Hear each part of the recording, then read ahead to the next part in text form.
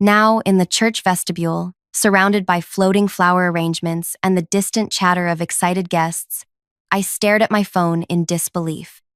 Tate Lawson, my boss's son, the man who'd made my work life miserable for 3 months, had chosen my wedding day, to terminate my employment. I showed the message to Karen, my brand new husband. His reaction surprised me. Instead of outrage, a knowing smile spread across his face. He took my trembling hands, kissed my knuckles, and whispered, "Check your messages later. Today belongs to us." How could he be so calm? I'd just lost my job as lead project manager at the most prestigious architecture firm in the city. The position I'd worked myself to exhaustion for. The career I'd built over 2 dedicated years. But something in Karen's eyes told me to trust him. So I silenced my phone, tucked it into my maid of honor's purse, and walked with my husband through the grand doors of the church, into a shower of rose petals and cheers. 3 hours later, during our first dance, Nima, my maid of honor, rushed over with wide eyes. "Waverly, your phone won't stop buzzing. You have 108 missed calls." I checked the screen. Calls from the office, from coworkers, and 17 from a number I recognized instantly. Gregory Lawson, the company owner himself, Tate's father. And that's when I realized this wasn't just a firing, this was the beginning of something much bigger than I could have imagined. Before I continue, if you're enjoying this story, please take a second to like and subscribe. Many listeners hear these stories but never engage, and that means you might miss future uploads when the algorithm skips you. Trust me, you'll want to hear how this ends. Now, back to my wedding day nightmare. My name is Waverly Abrams, and until that text message, I was the beating heart of Crescent Design Studio. I'm meticulous by nature, the kind of person who color codes her grocery lists and can spot a measurement error in architectural plans from across the room.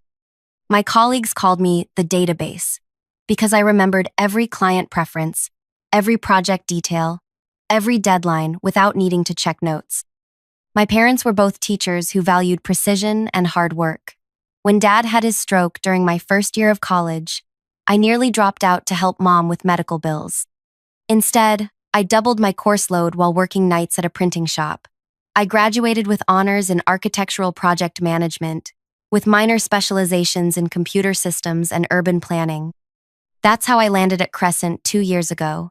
Gregory Lawson, the founder, recognized my unusual combination of architectural knowledge and systems thinking.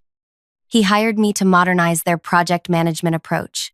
I designed a proprietary system from scratch, one that tracked every blueprint version, client request, budget allocation, and permit application. The system worked brilliantly. Project completion times dropped by 30%. Client satisfaction scores rose. Gregory called me the best investment this company ever made. Then came Tate. At 32, Tate Lawson had bounced between 3 different divisions of his father's company, never finding his footing. He had his father's square jaw and confident stance, but none of his business acumen or people skills. 3 months ago, Gregory announced his semi-retirement and promoted Tate to department director, my direct supervisor. The atmosphere changed instantly. Where Gregory sought my input, Tate excluded me from meetings. Where Gregory praised my innovations publicly, Tate took credit for my ideas. When I scheduled training sessions to document my system for others, Tate canceled them as unnecessary expenses. I met Karen during this time, when I was submitting plans for Crescent's biggest project ever, a downtown revitalization worth millions. He worked at the city's permit office, the calm, thoughtful man behind the counter who actually took time to review submissions thoroughly instead of just rubber stamping them. We connected over blueprint discussions, then coffee breaks, then dinner dates. Karen became my sanctuary from the increasingly hostile work environment. What I didn't know then was that he was noticing concerning patterns in the submissions from Crescent, specifically the ones Tate had handled personally. 2 months into our relationship, Karen proposed. We planned a small wedding on short notice, partly because we were both practical people who didn't need extravagance, and partly because I sensed my position at Crescent was becoming precarious. Tate had been making comments about restructuring and streamlining. I never imagined he'd actually fire me on my wedding day. As the reception continued around me, I excused myself to the bridal suite and listened to Gregory's voicemail. Waverly, this is Gregory. Call me immediately. Tate had no authority to terminate you. There's been a terrible mistake. We need you. The downtown project submission deadline is Monday, and no one can access your system. 6 more messages followed, each more desperate than the last. In the final one, Gregory's voice had lost its usual confidence. Waverly, please. The Westside development team is threatening to walk. No one can find the updated renderings. The password Tate thought would work doesn't. We're at a standstill. I sat on the edge of a velvet settee, my wedding dress pooling around me, and felt something unexpected. Power. For 2 years, I'd built a system so intuitive for me that I navigated it without thought, but so complex that no one else could use it without proper training. Training that Tate had repeatedly prevented. I was the only person alive who fully understood every function, every shortcut, every failsafe I'd built in. And now, on what should have been the worst professional day of my life, I held every card. Karen found me there, staring at my phone. He sat beside me, careful not to wrinkle my dress. I should tell you something, he said quietly. The plans Tate has been submitting to my department? He's been altering them after the engineering team signs off, removing safety features, substituting cheaper materials, things that would never pass proper inspection. My blood ran cold. That's not just unethical, it's dangerous. Karen nodded. I've been documenting everything. I was going to report it next week, but now. I understood then why he'd smiled at the firing text. This wasn't a setback. It was an opportunity, one that removed me from legal liability while simultaneously leaving the company helpless without me. What should we do? I asked. Karen smiled. Nothing. Not today. Today, we dance. Tomorrow, we fly to Belize for our honeymoon. And when we return, he kissed my forehead. We'll reshape the entire landscape. We returned to the reception, and I danced like a woman without a care in the world. By midnight, I had 212 missed calls. Throughout our honeymoon week, the calls continued.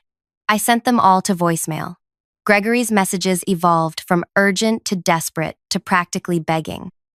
On our 3rd day in Belize, while Karen and I were sipping fresh coconut water on the beach, Gregory offered to triple my salary if I'd come back. I deleted the message without responding. 2 days later, he offered partial ownership in the firm. Again, I didn't respond. Karen watched me decline these incredible offers without comment. He understood something fundamental about me. This had never been about money. It was about respect.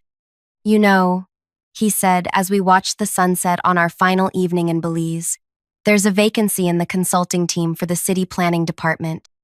They need someone who understands architectural submissions from both sides, someone who could create guidelines for proper protocols.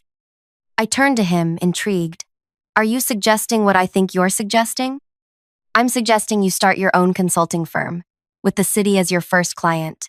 They'd pay for your expertise in creating systems that catch exactly the kind of corner-cutting Tate was doing. The idea took root instantly. By the time our plane landed back home, I'd drafted a business plan on my tablet. 3 days later, I registered Precision Protocol Consulting. My phone rang within minutes of the business registration going public. Gregory Lawson. For the first time in 2 weeks, I answered. Waverly, thank God, we're in crisis. The downtown project is stalled. Clients are walking. Please, name your price. I'm sorry to hear that, Gregory, I said calmly, but I'm no longer available for employment. I've started my own consulting firm. We'll hire your firm then. Whatever you're charging, we'll pay it. I let the silence stretch between us. My first client is the city planning department, Gregory. I'm designing new verification protocols for building submissions. The sharp intake of breath told me he understood the implications. If I was working with the city to create better verification systems, I would inevitably discover Tate's dangerous alterations, if Karen hadn't already reported them. Waverly, please. Tate made a terrible mistake. He was jealous of your relationship with me, of your competence. Let me fix this. Some things can't be fixed, Gregory. Some bridges, once burned, stay ash. I ended the call and turned to Karen, who had been listening nearby. Is it wrong that felt so good? He shook his head. It's not wrong to stand up for yourself, or for public safety. The following week, I began my contract with the city. With my insider knowledge of how firms like Crescent operated, I quickly identified vulnerabilities in the current verification system. I created new protocols that would catch unauthorized changes to approved plans, especially structural modifications made without engineering review. As part of the process, the city conducted an audit of recent submissions. Predictably, they found numerous violations in Crescent's downtown project plans, specifically in submissions handled by Tate. Load-bearing walls thinned, foundation specifications altered, safety features removed to cut costs.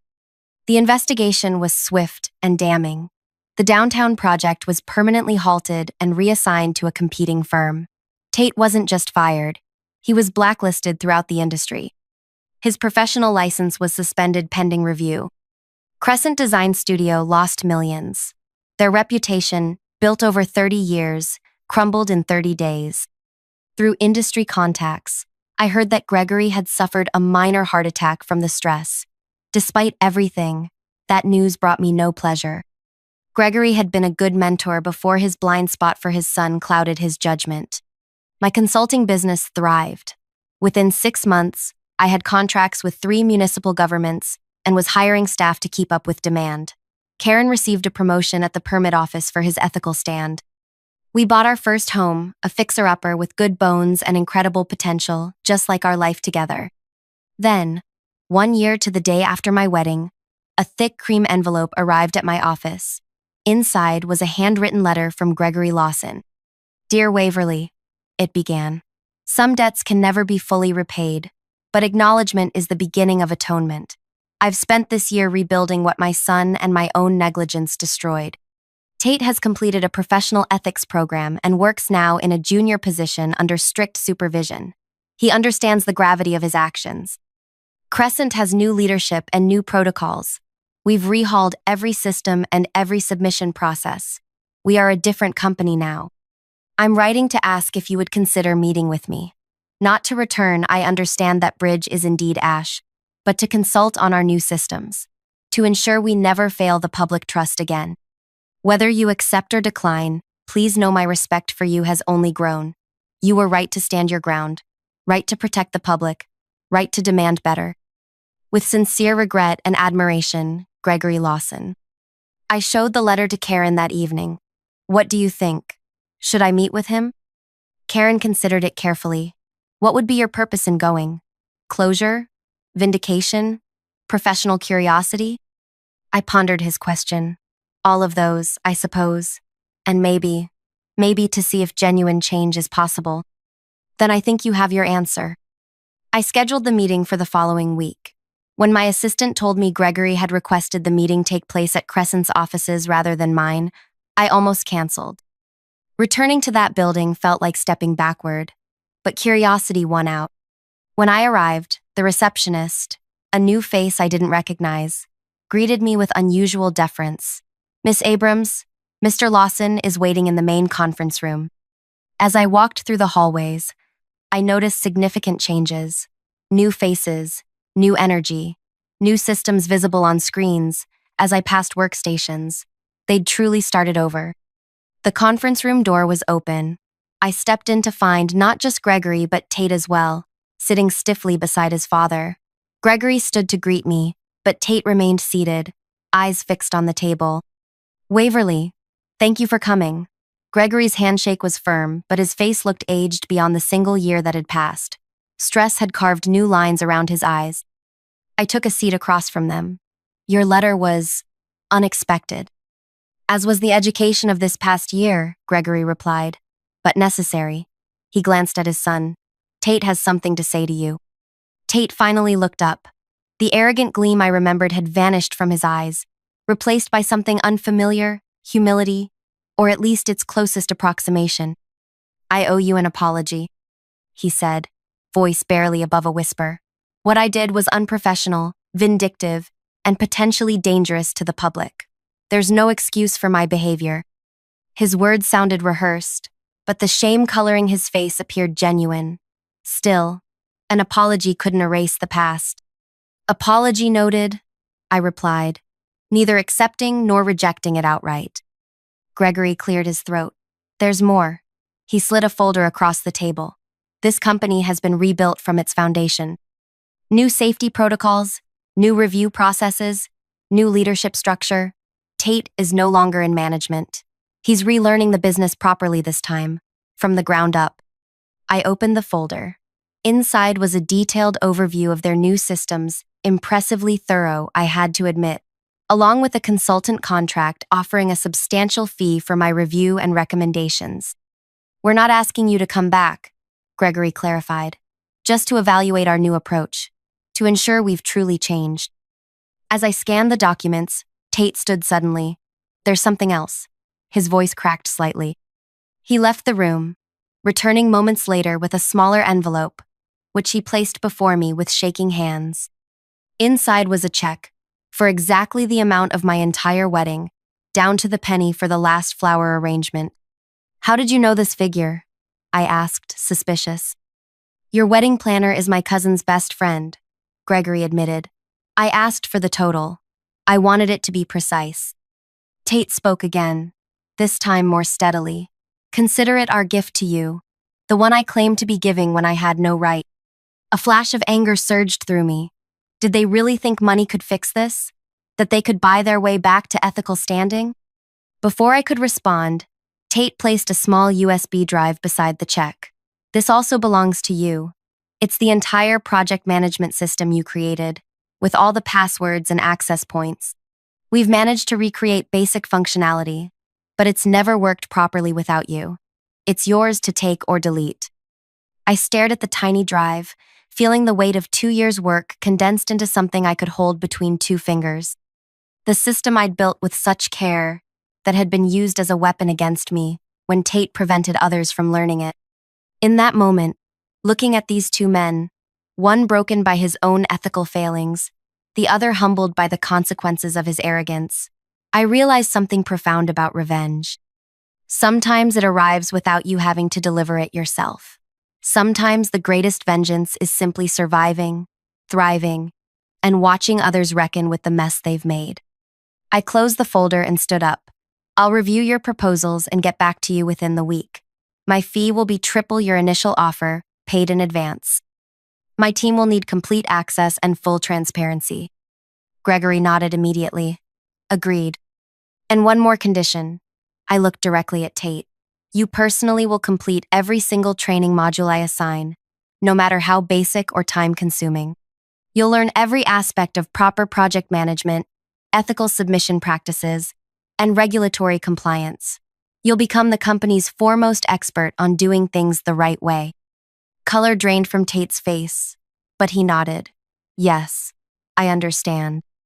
Then we might have something to discuss. I gathered my belongings and walked to the door, pausing with my hand on the handle. Oh, and Gregory? The check is unnecessary. Seeing your son learn the value of integrity will be gift enough. I left them sitting there, the check untouched on the table, and walked out of Crescent Design Studio with my head high. But this isn't where my story ends. It's where the real transformation began. That evening, as Karen and I discussed the meeting over dinner, my phone pinged with a news alert. Crescent's competitor, the firm that had taken over the downtown revitalization project, was under investigation for bribery. They had allegedly paid off officials to fast-track approvals despite serious design flaws. Did you know about this? I asked Karen. He shook his head. The investigation just opened today. It's being handled by the state, not the city. I stared at my phone, mind racing. If Crescent's competitor fell, the downtown project would be in limbo again. Millions in development funds would sit idle, workers would lose jobs, and the community revitalization everyone had been promising for years would stall once more. Maybe this is why Gregory reached out now, Karen suggested. He must have known this was coming. He's positioning Crescent to retake the project. The realization hit me like a thunderbolt. I wasn't being offered a consulting job out of respect or regret.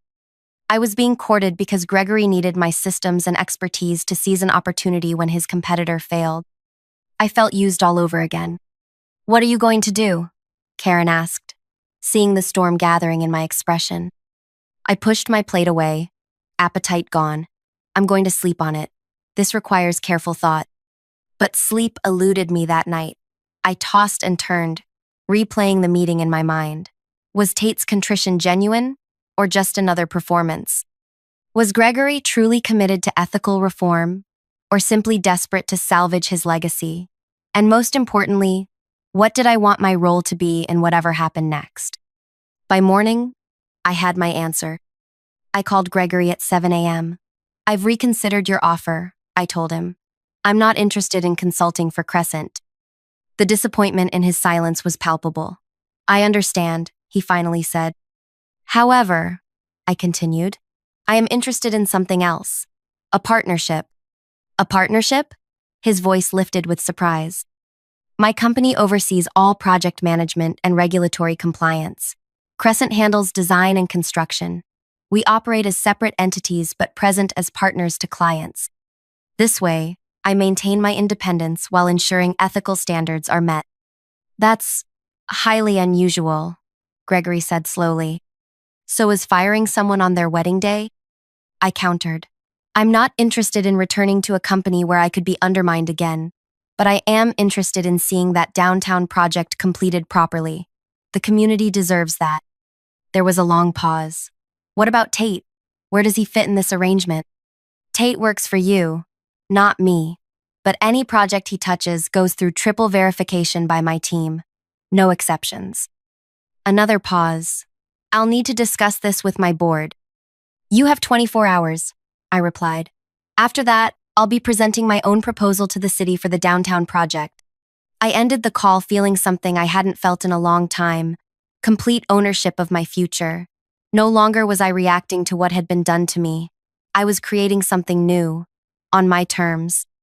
23 hours later, Gregory called back. "The board has approved your proposal, with one addition. They want a 3-year minimum commitment. 2 years, with an option to extend based on performance metrics that we both agree to in advance." I countered. "Done."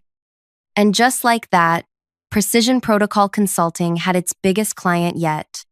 When the competitor firm was officially removed from the downtown project 2 weeks later, our newly formed partnership was ready with updated plans, enhanced safety features, and a comprehensive management system that combined the best of my original design with new security protocols.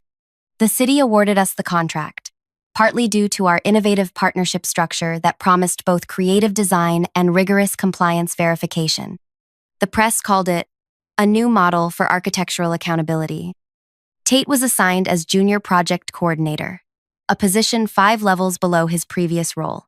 Every morning, he received a detailed training module from my team. Every evening, he was tested on the material. If he failed, he repeated the module the next day. To my surprise, he never complained. He completed each assignment meticulously, asked thoughtful questions, and gradually began to show genuine understanding of why protocols existed. 3 months into our partnership, I arrived early at the construction site for an inspection and found Tate already there, methodically checking concrete pour specifications against the approved plans. "You don't have to personally verify this," I told him. "That's what the site engineers are for." He straightened up, clipboard in hand. "I know, but I need to understand every aspect from the ground up. That's the only way I'll truly learn." I studied him, searching for signs of the arrogant young man who'd fired me by text. Instead, I saw someone different, someone chastened by failure and genuinely striving to rebuild himself. "Why did you do it?" I asked suddenly. "Why fire me on my wedding day specifically?" Tate flinched but held my gaze. "Because I knew you were right. About everything. The training programs, the safety concerns, the need for better documentation. And I couldn't stand it. Couldn't stand that you'd built something so essential that even my father respected you more than me. So you tried to hurt me at my most vulnerable moment." He nodded, shame evident in his posture. I thought I'd feel powerful. Instead, I watched everything collapse. the system nobody could navigate, the projects nobody could track. My father's face when he realized what I'd done. He swallowed hard. I destroyed in one moment what might have been the best mentorship I could have had. His words hung in the morning air between us, unexpectedly genuine. You can't undo the past, I said finally. But you're right about one thing. I would have been a good mentor. I still could be if you earn it. Hope flickered across his face. How? By becoming the kind of professional who puts safety and integrity above ego. By learning every aspect of this business properly. By admitting when you don't know something instead of hiding it. I can do that, he said with quiet determination. I will do that. I nodded. Then let's start with these poor specifications. Show me what you've found. For the next hour, I walked him through proper verification procedures, explaining rationales rather than just rules. He absorbed everything with genuine interest, asking intelligent questions that revealed a mind capable of much more than I'd given him credit for. As we finished and others began arriving for the day's work, Tate hesitated, then asked, "Do you think you'll ever truly forgive me?" I considered the question carefully. Forgiveness isn't something you're owed. It's something that might develop over time, through consistent actions rather than apologies. Show me who you're becoming, not who you regret being. He nodded, accepting the challenge without protest. Over the following months, the downtown project progressed ahead of schedule. Our partnership model received national attention, with other municipalities expressing interest in similar arrangements. My consulting firm expanded to 15 employees, while Crescent gradually rebuilt its reputation under the new structure. Gregory, true to his word, kept Tate on a strict learning path. The young man who had once sabotaged training sessions now organized them himself, ensuring every team member understood both the how and why of proper procedures. 6 months into the project, I received an unexpected visit at my office from Raina, my former assistant at Crescent. She'd stayed when I left, and now worked directly with Gregory. He wants to promote Tate, she told me without preamble, to assistant project manager. I raised an eyebrow. And he sent you to test my reaction? She smiled. He sent me to get your honest assessment. Tate has completed all the training modules with perfect scores. His site reports are exemplary. The team actually respects him now. And what do you think? I asked. Raina had always been perceptive about people. I think he's genuinely changed. And I think having responsibility might solidify that change. I leaned back in my chair, considering. Tell Gregory I'll support the promotion with one condition. Tate needs to handle the upcoming community presentation. Alone. Let's see how he does when representing the project to the people it actually affects. The community presentation was scheduled for the following week, a critical milestone where we would update neighborhood residents on construction progress, timeline, and how their input had shaped design modifications. It was a high-pressure situation, with potentially hostile questions from residents who'd seen previous promises broken. I attended incognito, sitting in the back row of the community center. Tate arrived early, setting up displays and greeting people personally as they entered. When he stepped to the podium, I noticed something surprising. He was nervous. The old Tate would have covered insecurity with arrogance. This version acknowledged it directly. Good evening, everyone. I'm Tate Lawson, Assistant Project Coordinator. Some of you may remember when this project stalled last year. That failure was partly due to my mistakes. Shortcuts. I tried to take that compromised safety and violated your trust. A murmur ran through the crowd. This level of candor was unexpected.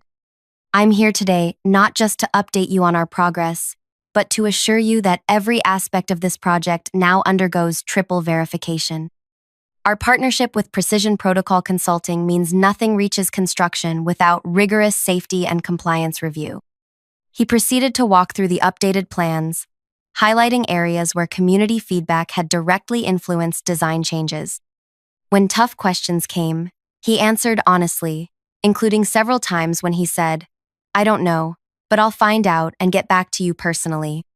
By the end, the initial skepticism had transformed into cautious optimism. Residents approached him afterward with follow-up questions, which he addressed with patience and transparency. I slipped out before he could spot me, but I'd seen enough. The next day, I called Gregory. I heard Tate did well yesterday, he said immediately. He did, I was there. And your verdict? I paused, knowing my next words would significantly impact Tate's future. I support the promotion. He's earned it. Gregory's relief was audible. Thank you, Waverly. Your endorsement means everything. Just remember, trust is rebuilt in small moments of integrity, repeated consistently over time. One good presentation doesn't erase the past. I understand. We all do. After hanging up, I stood at my office window, looking out at the downtown skyline where our project was gradually taking shape. Cranes swung against the blue sky, workers moved purposefully across the site, and the community had begun to believe again in the promise of revitalization. This wasn't the revenge I'd initially imagined when I returned from my honeymoon to 212 missed calls. It was something more complex, more nuanced, a reconstruction rather than a destruction. I hadn't ruined Tate or Gregory. I'd helped create a framework where they could become better versions of themselves, while securing my own position of strength. And in doing so, I'd built something far more valuable than a system only I could understand. I'd built a model of accountability that might actually last beyond any single project or person. That evening, as Karen and I walked past the construction site on our way to dinner, we paused to watch the sunset glint off the partially completed structures. Are you happy with how things turned out? He asked, squeezing my hand. I considered the question carefully. I'm satisfied, not because they suffered, but because actual change happened. The company is safer, the buildings are sounder, the community will benefit. And Tate? Tate is. I searched for the right word. Tate is becoming someone his position deserves. Whether that redemption continues is up to him. Karen nodded thoughtfully. You know, when I showed you that text message on our wedding day, I never imagined this outcome. I thought you'd want scorched earth. Maybe I would have, if you hadn't shown me another way. I leaned against his shoulder. You taught me that sometimes the best revenge isn't about destruction. Sometimes it's about reconstruction, but on your terms, not theirs. He kissed the top of my head. Speaking of reconstruction, the house renovations are finally done. Should we have Gregory and Tate over for dinner to celebrate? I laughed at the suggestion. Let's not push it. Professional respect is one thing. Friendship is quite another. Fair enough, he conceded with a smile. One step at a time. One step at a time. That had become my mantra through this entire journey. From the moment I received that text on my wedding day to the partnership that rose from the ashes of my firing, each step had led me not just to survival, but to genuine triumph. The downtown project would be completed under budget and ahead of schedule. My consulting firm would continue to grow, and I would forever be known as the woman who turned a wedding day firing into an industry-changing business model. As Karen and I continued our evening walk, my phone buzzed with a text. It was from Tate. Thank you for your support on the promotion. I won't let you down. I showed it to Karen, who raised an eyebrow. Are you going to respond? I thought for a moment, then typed, make sure you don't. Some gifts can't be returned. As I hit send, I realized the text had arrived exactly 1 year to the day after his gift to me on my wedding day. The symmetry wasn't lost on me, nor, I suspected, on him. Some might say I should have crushed Tate completely when I had the chance, that I should have taken Gregory's company apart piece by piece instead of helping rebuild it, that my revenge wasn't vengeful enough. But those people would be missing the point. True power isn't about destruction. It's about having the ability to destroy and choosing a different path. It's about reshaping reality according to your vision, not just reacting to someone else's cruelty. In the end, I didn't just get even. I got ahead, and I did it not by stooping to Tate's level, but by rising so far above it that he would spend years climbing to reach where I now stood. If you've stayed with me through this story, you might be wondering if you could show the same restraint in my position. Could you turn betrayal into opportunity? Could you transform revenge into reformation? It's not an easy path, but sometimes the most satisfying victories aren't about what you destroy, but what you build from the ashes of what tried to destroy you.